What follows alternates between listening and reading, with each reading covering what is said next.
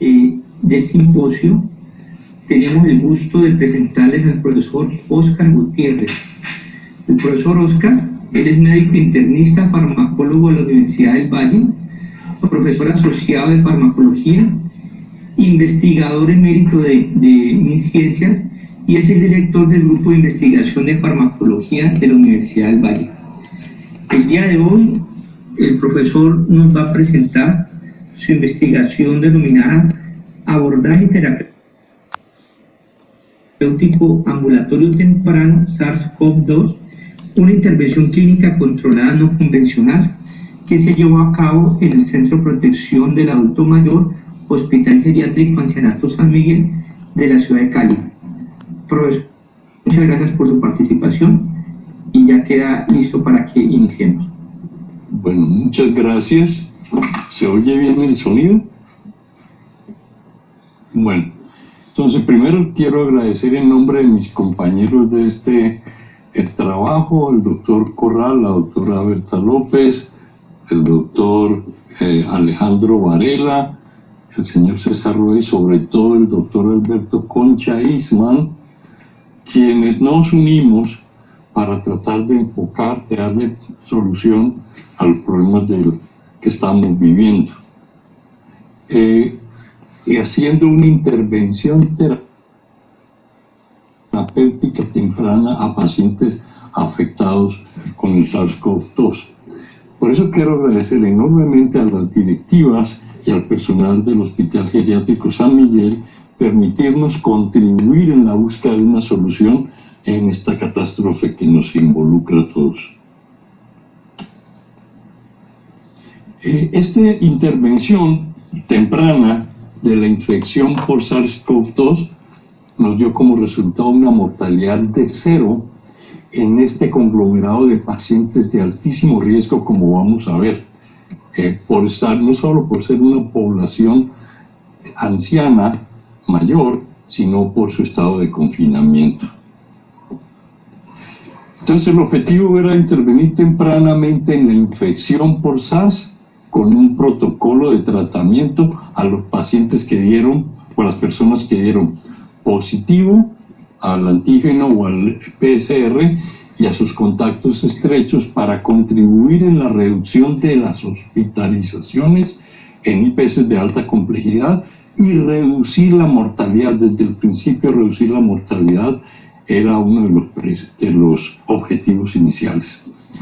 Se intervinieron pacientes residentes del Hogar Geriátrico San Miguel, a quienes se le había aplicado una escala de fragilidad de uso institucional que corroboraba el alto riesgo de estos pacientes. Como dije, se les administró un protocolo terapéutico y aquellos pacientes que resultaron positivos y además de positivos que presentaron sintomatología, se les hizo una cohortización con un aislamiento estricto y un seguimiento interdisciplinario estrecho, lógicamente con la autonomía de los médicos de intervenir, además del protocolo, con lo que ellos consideraran necesario. Esta es la imagen, unas muestras del hospital, un sitio muy agradable, aireado, y en la parte derecha está su director, el doctor Cortés, junto a su izquierda con la residente de mayor edad de 102 años, quien también presentó la infección. El SARS-CoV-2 es un coronavirus similar a otros como el de la influenza, razón por la cual quizás al principio todo el mundo pensó que no iba a tener ningún problema. Pero sí lo tuvo y produjo una enfermedad que en algunos pacientes fue catastrófica, que se llamó COVID-19. Los pacientes de edad avanzada son quienes corren un mayor riesgo de mortalidad por las comorbilidades que presentan y el estado de fragilidad que tienen durante su hospitalización. Y estos dos son los mejores predictores de mortalidad. Estas son las comorbilidades más frecuentemente encontradas en general en todos los pacientes y como vimos en la mayoría de los pacientes del estudio, como lo presentaron en las presentaciones anteriores, tenían estas comorbilidades. Veamos los antecedentes en el mundo, en Colombia y en Cali.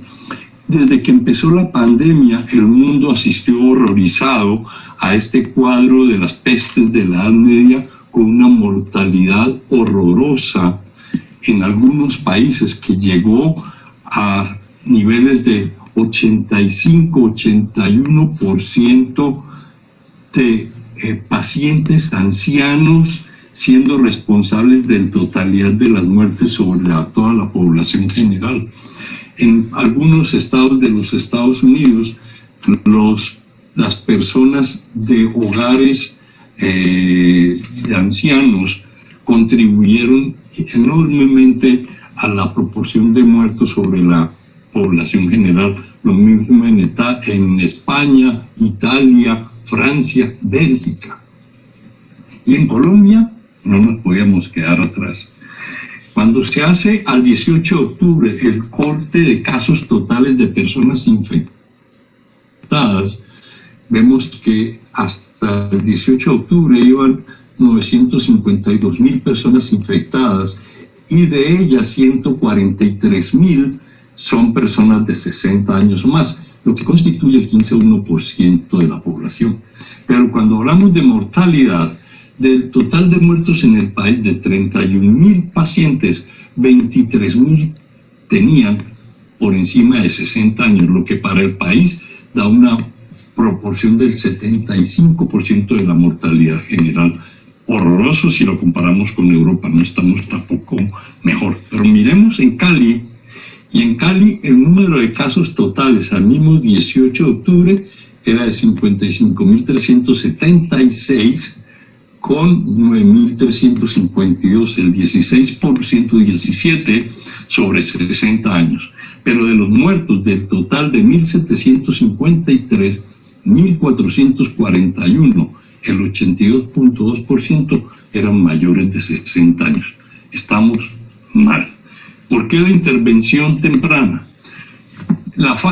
Esta infección en algunas personas, la mayoría de las personas pasa como una gripa omniaciente, pero algunas personas tienen un doble fase, una fase de respuesta viral con pequeños síntomas o sin síntomas, y una segunda fase empieza más o menos a la semana de una respuesta inflamatoria increíblemente intensa por parte del organismo para deshacerse del virus que ataca al mismo organismo, especialmente a nivel de la microvasculatura, y es la responsable de ese cuadro desastroso que lleva al paciente y que originó todas esas escenas que vimos por televisión.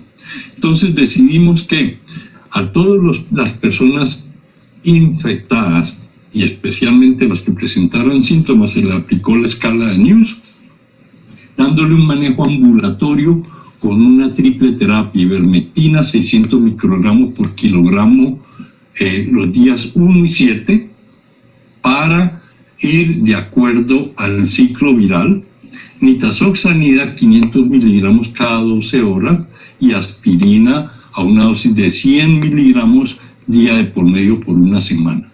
A los pacientes con News 5 y 6 se hospitalizaron en general en el área acondicionada para tal efecto o en la zona de hospitalización del Hospital Geriátrico San Miguel, y se decidió que a los que tuvieran un rango mayor de 7 se remitiría urgente a un tercer nivel o inclusive una UCI.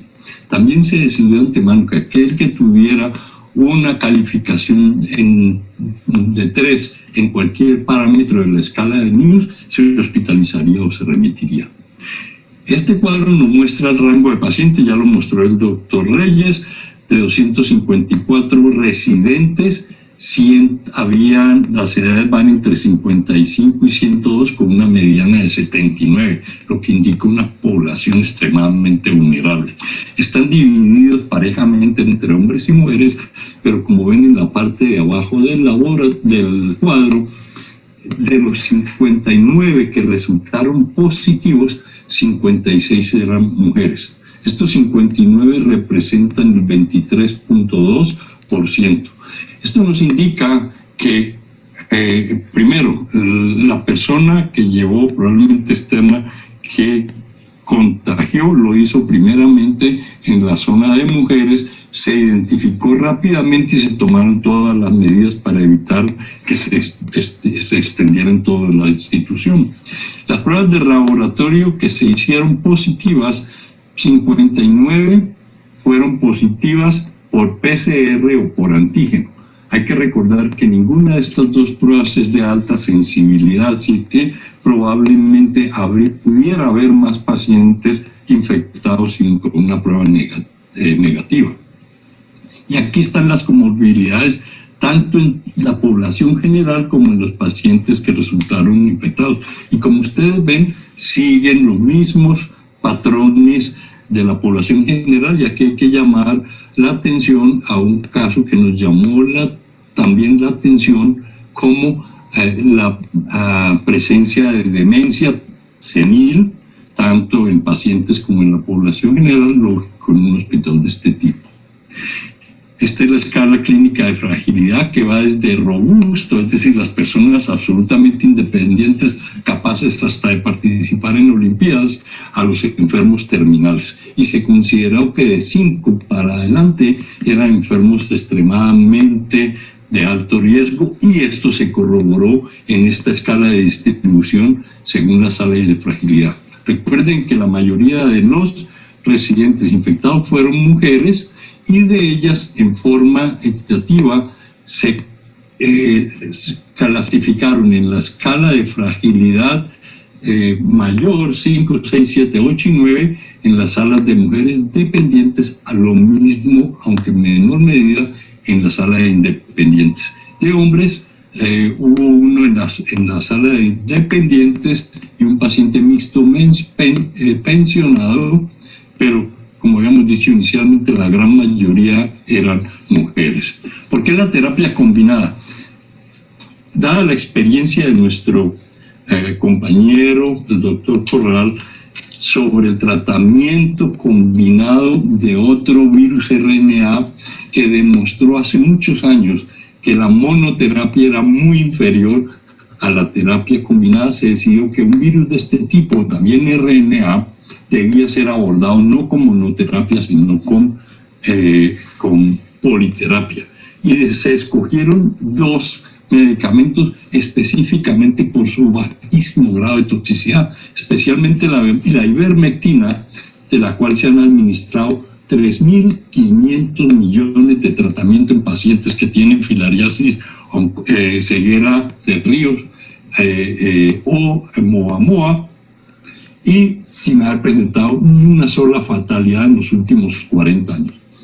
Esta gráfica muestra el ciclo del virus. La ivermectina actúa inhibiendo el correceptor CD147, que es fundamental para la introducción del virus, que se ha unido al receptor ECA2.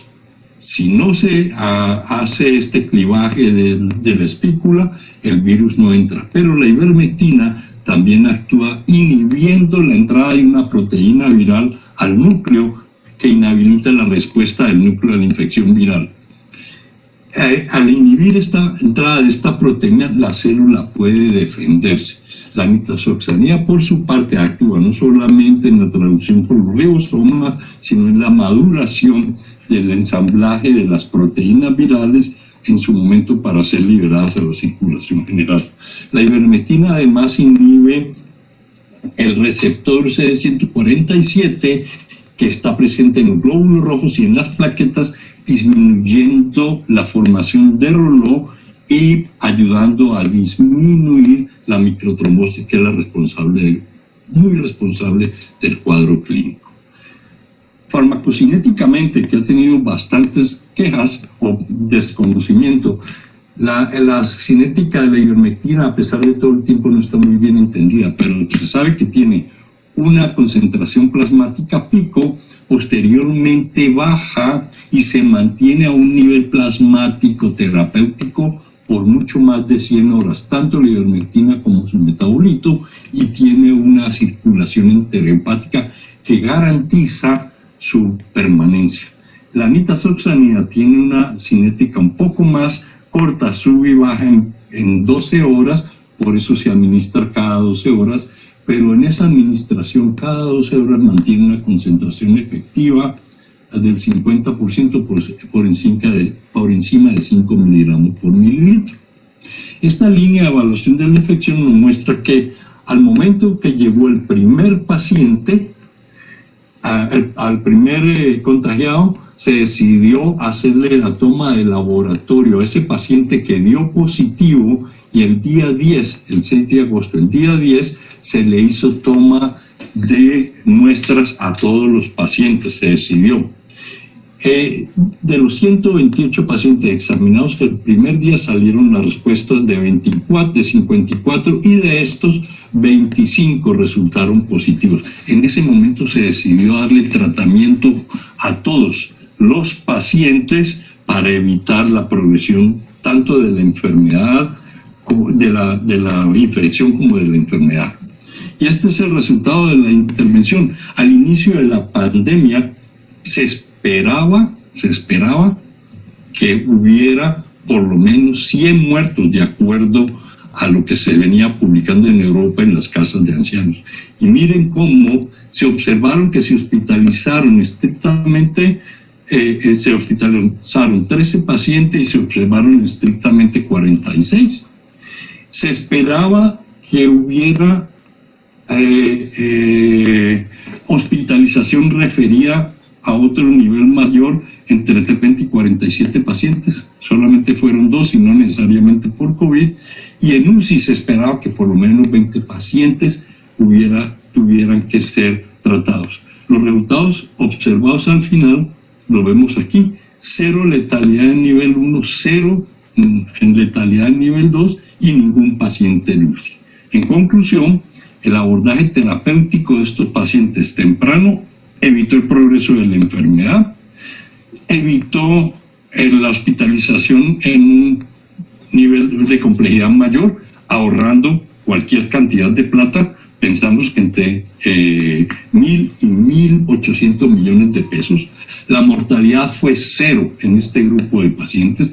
El modelo de seguimiento se basó en un estricto acompañamiento en forma multidisciplinaria que sugiere que este tipo de abordaje debe ser más ampliamente evaluado. Se necesita financiación estatal y debemos complementar este estudio con similares. Debo anotar que esta intervención está de acuerdo con la declaración de Helsinki de intervención en casos de enfermedades o cuestiones que no tienen tratamiento, siempre y cuando el riesgo sea mucho menor que el beneficio, como podemos notar en este paciente. Esta es la paciente de 102 años, residente, que se enfermó, se recuperó, está muy viva y está muy bien. Muchas gracias por su atención. Gracias por la excelente presentación, por los resultados que se pudieron obtener en el Hospital Geriátrico Ancianato San Miguel.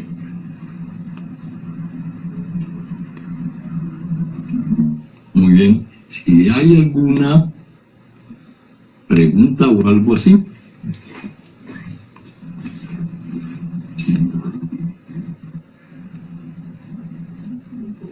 Bueno, entonces, muchas gracias por su atención. Espero que podamos seguir trabajando en este caso. Bueno, muchas gracias, profesor.